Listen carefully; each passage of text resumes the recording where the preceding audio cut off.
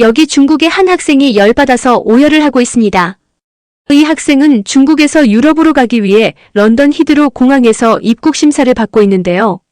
이 학생은 중국에 이것 때문에 앞으로 가고 싶어도 갈 수가 없었다고 합니다. 다른 사람들은 이미 수속을 마치고 쉬는 상태였지만 이 학생은 아직까지도 입국을 못해서 답답함에 얼굴이 붉어지고 화가 잔뜩 났다고 하는데요. 이 학생이 이토록 화가 난 이유. 오늘의 사연 바로 시작하겠습니다. 안녕하세요, 류진이라고 해요. 저는 광둥대학교에 붐비는 복도를 걸어가고 있었어요. 가방은 국제무역교과서들로 무거웠죠. 제 기숙사방은 작지만 깔끔했어요. 좁은 침대는 한쪽 벽에 붙어 있었고 창문 아래 책상에는 공부 자료들이 가득 놓여 있었죠. 중국 국기가 가족 사진 옆벽에 걸려 있었고요. 유럽으로 떠나기 전 마지막 학년이었어요. 매일 아침 수업 전에 노트를 복습하기 위해 6시에 일어났어요. 교수님들은 종종 제 헌신을 칭찬하셨죠. 류진, 너는 우리 대학의 명예를 가져다 주는구나 라고 말씀하셨어요. 저는 가족과 나라를 자랑스럽게 하고 싶어서 열심히 공부했죠. 아버지는 항상 교육은 중국이 세계의 위대함을 보여주는 방법이다라고 말씀하셨으니까요. 공부하지 않을 때는 휴대폰으로 뉴스 사이트를 둘러보곤 했어요. 종종 한국 학생들이 국제대회에서 상을 받거나 한국 연예인들이 미국과 유럽에서 유명해지는 기사들을 보게 됐죠. 이런 이야기들은 항상 저를 찌푸리게 만들었어요. 저는 한국과 한국인에 대해 부정적인 감정을 갖고 있었어요. 한국인들은 중국인들이 받지 못하는 특별한 대우를 받는다고 생각했죠. 한국에 대한 제 편견은 몇 년 전부터 시작됐어요. 고등학교 때 역사 선생님이 중국의 고대 발명품들과 발견에 대해 가르치셨죠. 기억해라, 선생님이 말씀하셨어요. 한국은 항상 중국 문화에서 빌려갔지만 자기들 것이라고 주장한다. 이 생각이 저에게 박혔어요. 한국 드라마와 K-팝이 전 세계적으로 인기를 얻는 반면 중국 엔터테인먼트는 같은 인정을 받지 못하는 것을 알아차리기 시작했죠. 저는 한국 문화가 어디서나 사랑받는 것이 못마땅했어요. 사람들이 아시아 음식을 생각할 때 중국 요리보다 한국 바비큐를 먼저 언급하곤 했죠. 아시아 패션이나 화장품에 대해 이야기할 때도 한국이 먼저 떠오르는 것 같았고요. 이건 불공평하게 느껴졌어요. 중국은 수천 년의 역사와 문화가 있는데 한국이 더 많은 관심과 칭찬을 받고 있었으니까요. 우리 대학 식당에서는 학생들이 휴대폰으로 한국 드라마를 보고 있었어요. 몇몇 여학생들은 교정에서 K-팝 댄스 동작을 연습하고 있었고요. 왜 그들은 한국 것에 그렇게 열광하는 걸까? 혼잣말을 중얼거렸어요. 이 한국인들이 우리를 무시한다는 걸 모르나? 룸메이트 천이 제 짜증을 알아챘어요. 무슨 일이야? 그가 물었죠. 아무것도 아니야, 제가 대답했어요. 그냥 한국의 영향력이 어디에나 있는 게 지겨워서. 천은 어깨를 으쓱했어요. 그들의 엔터테인먼트는 꽤 좋아. 그리고 그들의 여권은 많은 나라에 쉽게 여행할 수 있게 해주잖아. 이 말은 제 피를 끓게 했어요. 한국 시민들이 비자 없이 많은 유럽 국가를 방문할 수 있는 반면 중국 시민들은 엄격한 요구사항에 직면한다는 건 사실이었으니까요. 이것도 또 다른 불공정한 이점으로 느껴졌어요. 드디어 유럽 유학 합격 통지서를 받는 날이 왔어요. 부모님은 작은 축하 저녁 식사를 마련해 주셨죠. 어머니는 제가 좋아하는 만두, 찐 생선, 매운 두부를 준비하셨어요. 아버지는 친척들을 초대했고 그들은 여행을 위한 돈이 든 빨간 봉투를 가져왔어요. 유럽에서 우리를 자랑스럽게 해라, 아버지가 잔을 들며 말씀하셨어요. 그들에게 진짜 중국을 보여줘라. 저는 엄숙하게 고개를 끄덕였어요. 그럴게요, 아버지. 그날 밤 앞으로의 도전에 대해 생각하며 가방을 싸고 있었어요. 유럽인들이 나를 존중할까? 그들이 내 나라의 위대함을 볼 수 있을까? 아니면 다른 모든 사람들처럼 한국 학생들을 더 좋아할까? 2주 후 저는 런던 히드로 공항에 도착했어요. 터미널은 엄청나게 크고 전 세계에서 온 여행객들로 붐비고 있었죠. 여권과 입학 서류를 꼭 쥐고 BU 시민을 위한 입국 심사줄에 섰어요. 줄은 천천히 움직이고 있었죠. 30분이 지났는데도 거의 앞으로 나아가지 못했어요. 그때 제 마음을 가라앉게 하는 것을 발견했어요. 일반 입국 심사대 근처에 자동화된 게이트를 위한 별도의 줄이 있었죠. 2명의 한국 학생들은 여권 커버로 알 수 있었어요. 그들은 여권을 스캔하고 카메라를 보고 어떤 직원과도 대화하지 않고 그냥 지나갔어요. 전체 과정이 몇 초밖에 걸리지 않았죠. 그동안 저는 1시간 더 줄에 서 있었어요. 마침내 창구에 도착했을 때 입국 심사관은 많은 질문을 했어요. 방문 목적이 무엇입니까? 얼마나 오래 머무를 예정입니까? 어디에서 살 예정입니까? 어떻게 생활비를 충당할 예정입니까? 언제 중국으로 돌아갈 예정입니까? 저는 대학 합격 통지서와 재정증명서를 보여주며 각 질문에 조심스럽게 대답했어요. 심사관은 영원처럼 느껴지는 시간 동안 이 서류들을 살펴봤죠. 마침내 그는 제 여권에 도장을 찍었어요. 영국에 오신 것을 환영합니다. 귀하는 학업 프로그램 기간 동안 체류가 허가되었습니다. 짐을 찾으면서 출구 근처에서 웃고 있는 한국 학생들을 봤어요.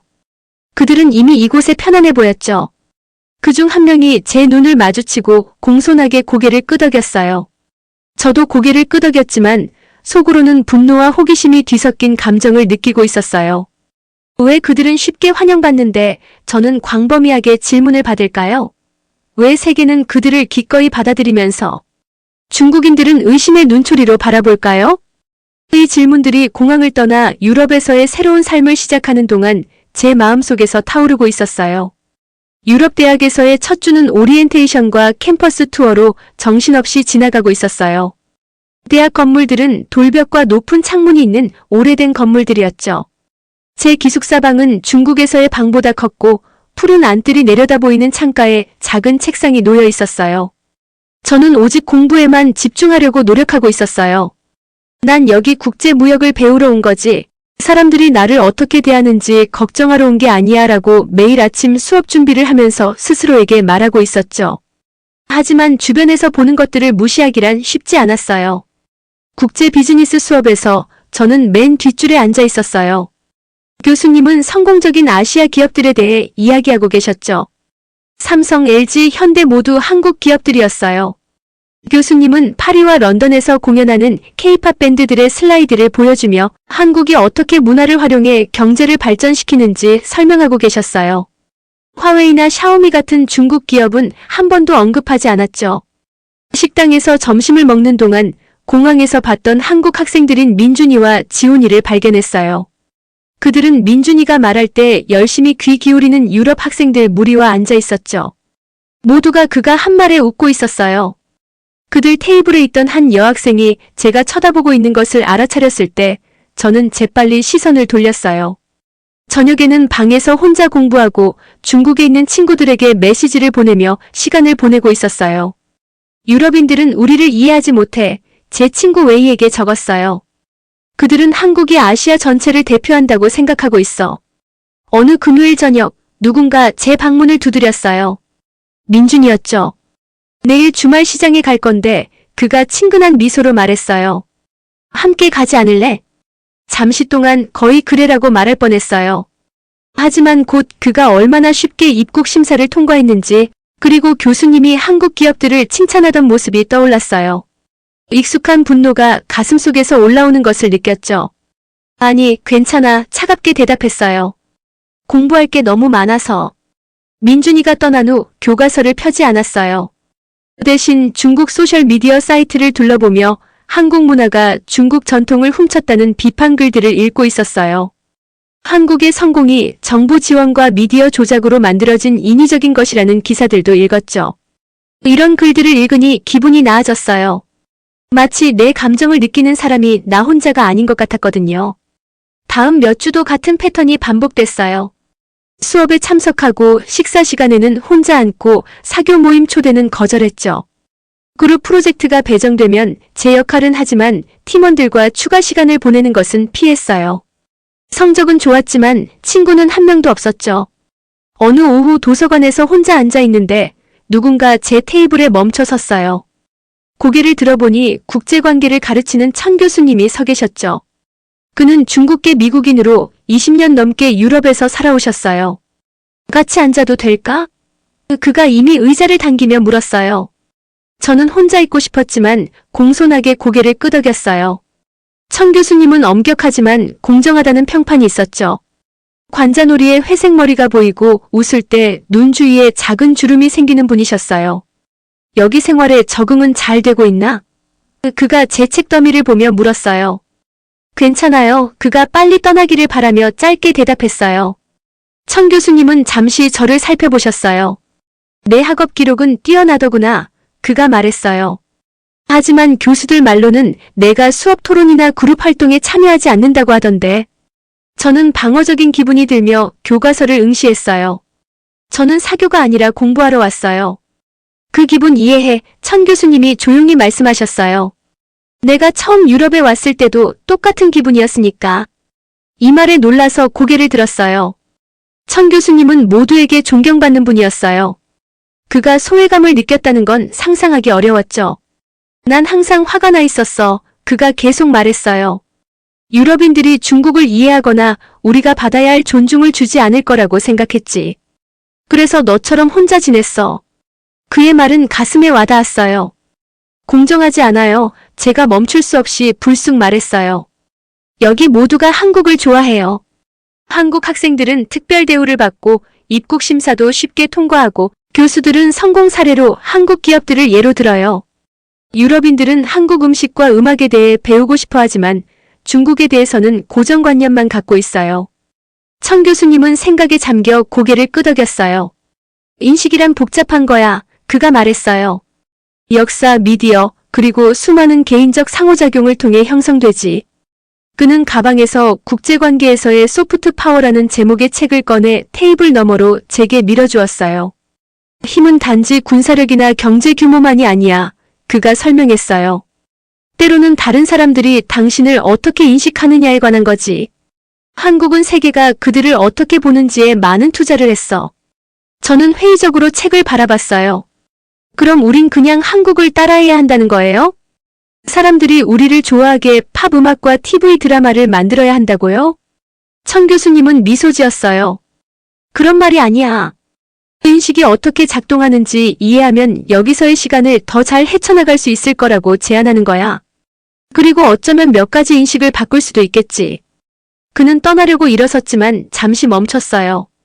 이번 주말에 유럽 문화축제가 있어. 중국과 한국을 포함한 많은 국가들이 부스를 차릴 거야. 난 중국 섹션에서 돕고 있는데 한번 들러보지 않을래?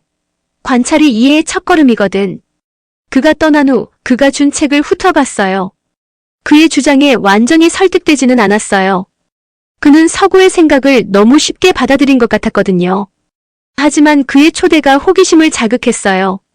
어쩌면 유럽인들이 다른 문화와 어떻게 교류하는지 보는 것이 그들이 왜 중국보다 한국을 선호하는 것처럼 보이는지 이해하는데 도움이 될지도 모르겠어요. 호기심의 씨앗이 심어졌어요. 여전히 꺼려지긴 했지만 축제에 가보기로 결정했어요. 천 교수님의 소프트 파워 이야기를 믿어서가 아니라 한국이 유럽인들에게 왜 그렇게 매력적인지 직접 보고 싶어서였죠. 어쩌면 게임을 이해하면 그것을 바꾸는데 도움이 될지도 모르겠어요. 토요일 아침 황금빛 햇살이 제 기숙사 창문으로 쏟아지고 있었어요. 유럽 문화축제는 오전 10시에 시작하지만 저는 아직도 정말 가고 싶은지 결정하지 못하고 있었죠. 천 교수님이 주신 책은 반쯤만 읽은 채 책상 위에 놓여 있었어요. 소프트 파워에 관한 아이디어는 흥미롭게 느껴졌지만 그것이 왜 한국이 그렇게 많은 관심을 받는지 설명해 주는지는 확신이 없었어요. 오전 9시 45분 마침내 마음을 정했어요. 그냥 관찰하기 위해서라도 가보기로 했죠.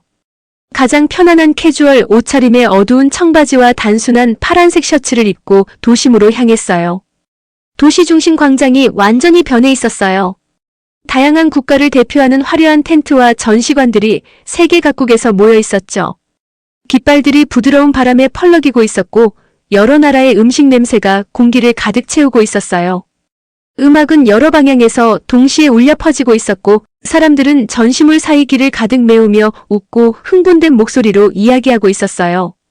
저는 입구에 서서 망설이고 있었어요. 이건 제가 늘 하던 수업과 방에서 혼자 공부하는 일상과는 달랐으니까요. 이 축제에 발을 들이는 것은 제가 피해왔던 문화적 비교와 직접 접촉하는 걸음이었어요. 이것이 제 문턱이었죠. 단지 축제의 물리적 입구가 아니라 물러나는 대신 적극적으로 관찰하기로 한 결정이었어요. 깊게 숨을 들이쉬고 입구를 통과했어요. 먼저 중국 전시관을 찾았어요. 천 교수님이 그곳에 계셨는데 작은 방문객 그룹에게 서예를 시연하고 계셨죠. 전시관에는 전통 공예품들이 전시되어 있었지만 대부분의 공간은 비즈니스 기회와 현대적 제품에 관한 브로셔로 채워져 있었어요. 이곳에 오래 머무는 사람은 거의 없었죠. 그때 건너편에 있는 한국 섹션을 발견했어요. 그곳은 방문객들로 가득 차 있었어요. 사람들은 줄을 서서 전통 한복을 입어보고 있었고 다른 이들은 전통차 예절 시연을 보고 있었죠. 화면에서는 K-팝 뮤직비디오가 상영되고 있었고 10대들이 함께 춤을 추고 있었어요. 우리의 조용한 중국 전시관과의 대조는 충격적이었고 보기 아팠어요. 막 떠나려고 할 때 작은 목소리가 저를 멈추게 했어요. 중국에서 오셨어요? 고개를 숙여보니 곱슬거리는 금발 머리를 한 어린 소녀가 호기심 어린 눈으로 저를 올려다보고 있었어요. 7살이나 8살쯤 되어 보였죠. 네, 맞아요. 제가 대답했어요. 그녀의 눈이 흥분으로 커졌어요. 우리 선생님이 만리장성 사진을 보여주셨어요. 당신도 그거 만드는 거 도왔어요? 그 질문이 너무 순진하고 우스꽝스러워서 웃음을 참을 수 없었어요. 유럽에 온 이후 처음으로 진심으로 웃은 거였어요. 아니, 그녀의 눈높이에 맞춰 무릎을 꿇으며 설명했어요. 만리장성은 아주 오래전에 지어졌어. 내가 태어나기 수천 년 전이야. 아, 그녀가 조금 실망한 표정으로 말했어요. 그럼 용에 대해 얘기해 줄 수 있어요? 제 책에는 중국 용이 유럽 용과 다르다고 적혀 있어요. 그녀의 부모님이 따뜻한 미소로 우리를 지켜보고 있는 게 보였어요. 제가 예상했던 경계하는 표정이 아니었죠. 그들은 딸을 끌어당기거나 저를 의심스러운 눈초리로 보지 않았어요. 다음 몇 분 동안 저는 어린 소녀에게 중국 용에 대해 이야기해 주었어요. 용이 어떻게 행운을 가져오는지, 물을 다스리는지, 그리고 그녀의 동화책에 나오는 불을 뿜는 서양 용과 어떻게 다른지에 대해서요. 그녀는 완전히 집중해서 듣고 있었어요. 마침내 부모님이 그녀를 부르자 그녀는 즐겁게 손을 흔들며 작별 인사를 했어요. 집에 가면 중국 용을 그릴 거예요. 이 작은 상호작용이 제 내면의 무언가를 바꿔놓았어요. 잠시 동안 저는 고정관념이 아닌 지식을 나눌 수 있는 한계인으로 보여졌던 거죠. 그 인식이 정말로 한 번의 상호작용씩 만들어진다는 것을 깨달았어요. 그 다음 월요일 저는 첫 번째 시험에 직면했어요. 경제학 수업에서 교수님이 국제무역정책에 관한 토론 그룹을 만들라고 하셨죠. 보통이라면 저는 혼자 일하거나 최소한으로만 참여했을 거예요. 하지만 오늘은 억지로 3명의 유럽 학생들과 함께 그룹을 만들었어요. 토론은 지적재산권으로 넘어갔어요. 안경을 쓴 키 큰 독일 학생 야콥이 제 얼굴을 화끈거리게 하는 말을 했죠. 문제는 중국 기업들이 자기들 디자인을 만드는 대신 서양 제품을 그냥 복사한다는 거야. 그가 자신있게 말했어요. 제 첫 번째 본능은 일어나서 자리를 떠나는 것이었어요. 두 번째 본능은 화를 내며 논쟁하는 것이었고요. 대신 천 교수님의 조언을 기억했어요. 물러나지 말고 참여해. 그건 완전히 정확한 말은 아니에요. 제가 차분한 목소리를 유지하며 말했어요. 혁신은 문화마다 다르게 일어나요. 중국에서는 기존 제품을 개선하고 더 많은 사람들이 살 수 있도록 저렴하게 만드는 데 초점을 맞춰요. 그것도 가치 있는 일이에요. 야콥은 제가 말을 한 것에 놀란 표정이었어요. 그가 반박하려고 할 때 검은 곱슬머리를 한 스페인 학생 마리아가 끼어들었어요. 류진 말이 맞아. 그녀가 말했어요. 서양의 혁신만이 유일한 유효한 접근법은 아니야. 난 중국 기술 회사들이 지금 놀라운 제품들을 만들고 있어서 중국어를 공부하고 있어. 저는 놀라움과 감사함으로 마리아를 바라봤어요. 이전에 그녀와 대화한 적이 없었는데 그녀가 제 관점을 변호하고 있었으니까요.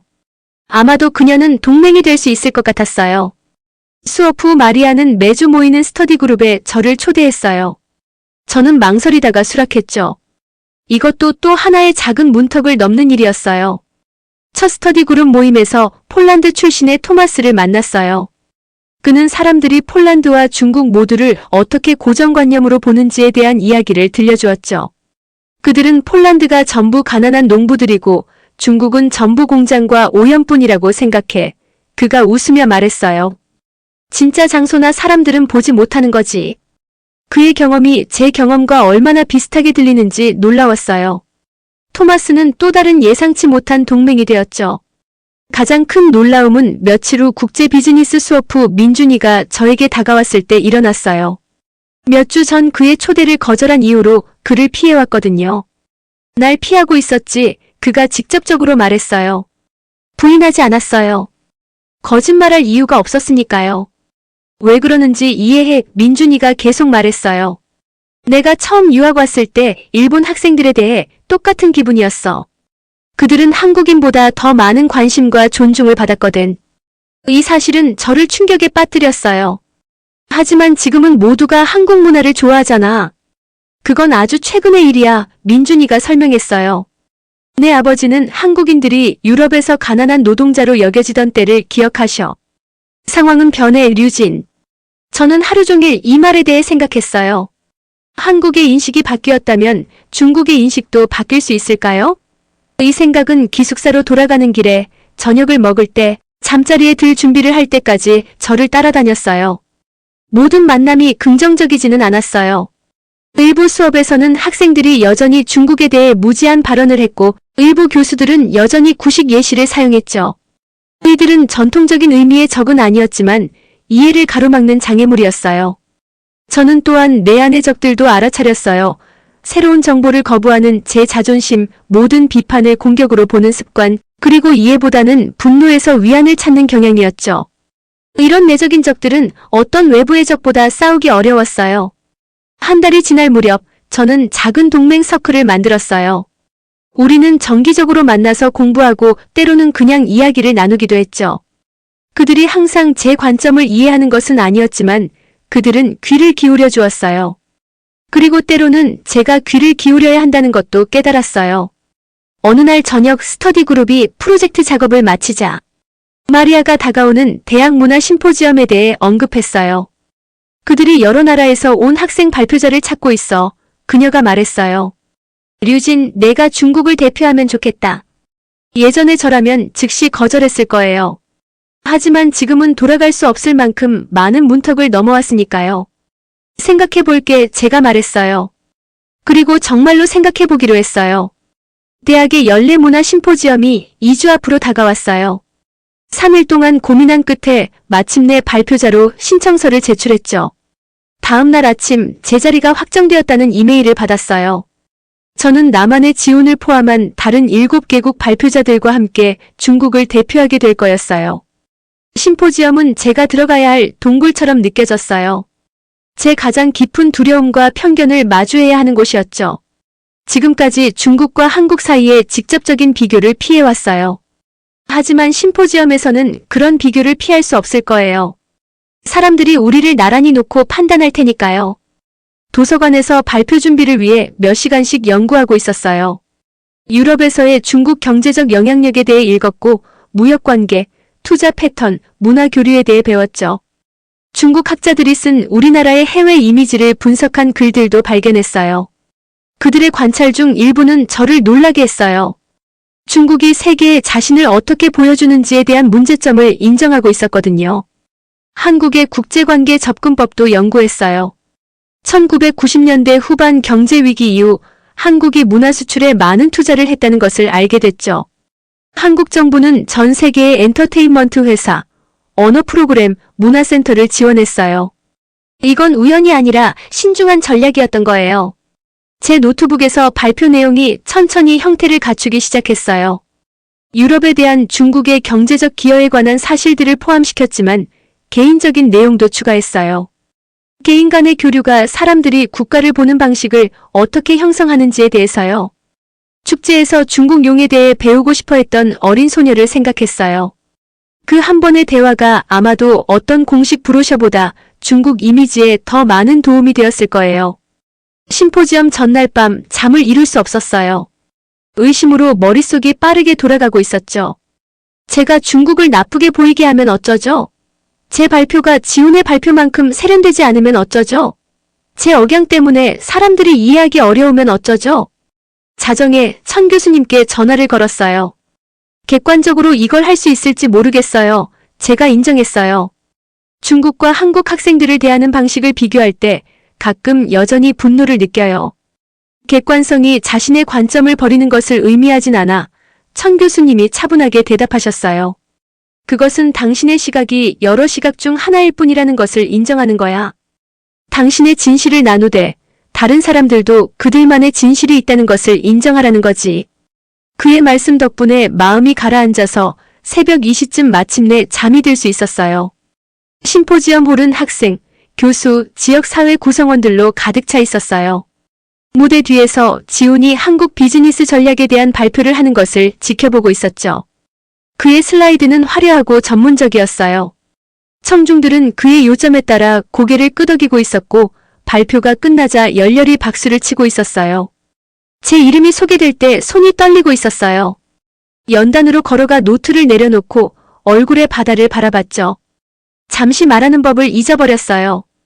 그때 사멸에 앉아 격려하는 눈빛으로 고개를 끄덕이는 천 교수님이 보였고 앞쪽에 함께 앉아있는 마리아와 토마스도 보였어요. 심지어 지훈과 저를 모두 응원하러 온 민준도 발견했죠. 깊게 숨을 들이쉬고 시작했어요. 제 발표는 중국과 유럽의 경제적 관계가 우리의 투자, 무역 파트너십, 미래 기회에 대해 다루고 있었어요. 청중은 공손하게 듣고 있었죠. 하지만 개인적인 부분에서 개인 간의 교류가 국가인식을 어떻게 형성하는지 넘어갔을 때 사람들이 더 많은 관심을 가지고 앞으로 몸을 기울이는 것을 알아챘어요. 제 자신의 경험에서 나온 이야기들을 나눴어요. 편견의 고통스러운 순간들과 진정한 연결의 밝은 지점들 모두요. 축제에서 용에 관한 간단한 질문으로 제 관점을 바꾼 어린 소녀에 대해 설명했어요. 분노와의 싸움과 이해를 향한 제 여정을 인정했죠. 질의응답 시간에 회색 머리와 진지한 눈을 가진 교수님이 손을 들었어요. 당신과 같은 중국 학생들이 해외에서 중국이 어떻게 인식되는지 형성하는 데 있어 어떤 책임이 있을까요? 그가 물었어요. 청중은 조용해졌고 제 대답을 기다리고 있었어요. 이것이 제 시련이었어요. 시간이 느려지는 것 같았어요. 예전의 저라면 서구 미디어 편향을 탓했을 거예요. 불공정한 대우에 대해 불평했을 거고 나 자신을 제외한 모든 사람을 손가락질했을 거예요. 대신 깊게 숨을 들이쉬고 진심으로 말했어요. 우리 모두가 개인으로서 갖는 똑같은 책임이죠. 제가 대답했어요. 미디어가 제 나라를 어떻게 묘사하는지 통제할 수 없어요.